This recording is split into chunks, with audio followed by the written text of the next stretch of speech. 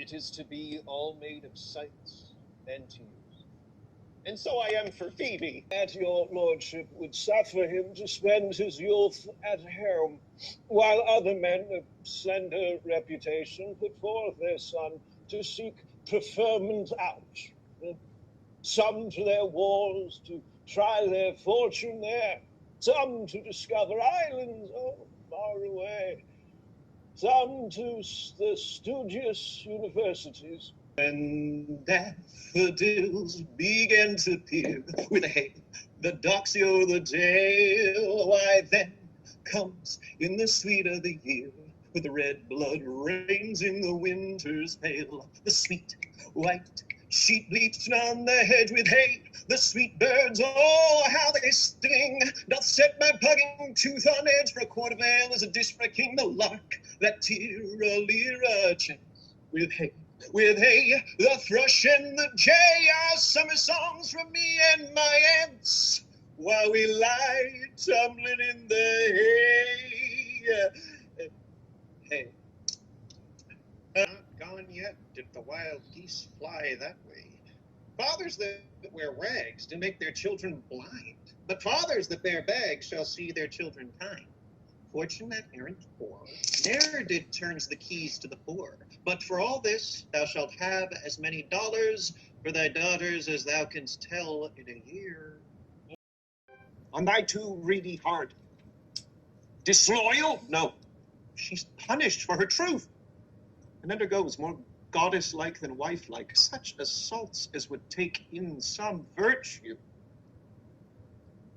Oh, my master, thy mind to her is now as low as were thy fortunes. How? That I should murder her? Upon the love and truth and vows which I have made to thy command? I her blood. If it be so to do good service, never let me be counted serviceable. Pray you school yourself but for your husband. He is noble. He's judicious and best knows the fits of the season. I dare not speak much further, but cruel are the times when we are traitors and do not know ourselves. When we hold rumour from what we fear, it know not what we fear, but float upon a wild and violent sea, each way and move. I take my leave of you. Punishment, not Gaunt's rebukes, nor England's private wrongs, nor the prevention of poor Bolingbroke about his marriage, nor my own disgrace have ever made me sour my pained cheek, or bend one wrinkle on my sovereign's face. I am the last of noble Edward's sons, of whom thy father, Prince of Wales, was first. In war was never lion raged more fierce, in peace was never gentle lamb more mild, than was that young and princely gentleman. His face thou hast, for even so looked he, accomplished with the number of thy hours, but when he frowned, it was against the French and not against his friends. Thou stolest a cup of sack 18 years ago and were taken with the manor. And ever since thou hast blushed extempore, thou hadst fire and sword on thy side, and yet thou ranest away? What instinct hadst thou for it? My ill white hair's become a fool and jester. I have long dreamed of such a kind man, so serpent swelled, so old and profane. But being awaked, I do despise my dream, make less thy body hence, and more thy grace. The princess is the better Englishwoman. In faith, Kate, my wooing is fit for thy understanding. I am glad thou canst speak no better English. For if thou couldst, thou wouldst find me such a plain king that thou wouldst think I had sold my farm to buy my crown. I know no ways to mince it in love, but directly to say, I love you. Then, if you urge me farther than to say, do you in faith, I wear out my suit. Give me your answer, faith too. And so, clap hands, and a bargain. How stay you, lady? Of our English strength, never so needful of the earth of France, spurred to the rescue of the noble Talbot, who now is girdled with a waist of iron, and hemmed about with grim destruction. To Bordeaux, warlike Duke, to Bordeaux, York, else farewell Talbot, France, and England's honour. CCR, thou knowest how Orleans is besieged, and as the English have these suburbs won. Deputies of heaven, to thee, King John, my holy errand is. I, Pandulph of fair Milan, Cardinal, and from Pope Innocent, the legate here, do in his name religiously demand why thou against the church, our holy mother. So Give me leave.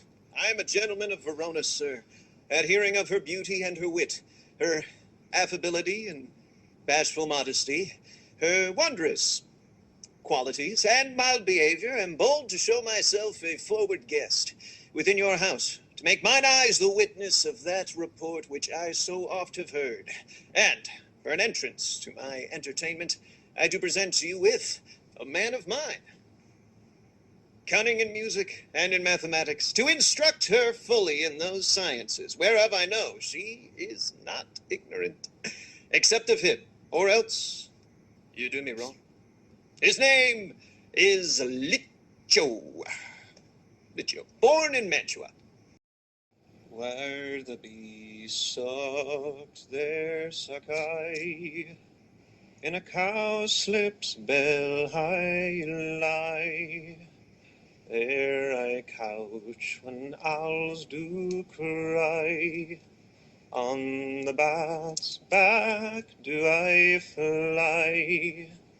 After summer merrily, merrily, merrily shall I live now, under the blossom that hangs on the bough. Be this day read over in Paul's.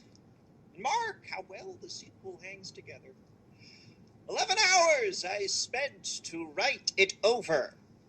For yesternight by Catesby was it brought me. The tyrannous and bloody deed is done, the most arch of piteous massacre that ever yet this land was guilty of.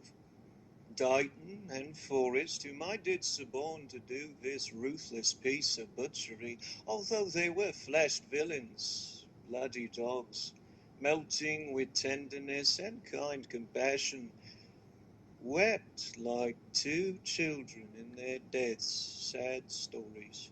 We stand, but they upon their ancient malice will forget with the least cause these his new honors, which that he will give them make I as little question as he is proud to do it.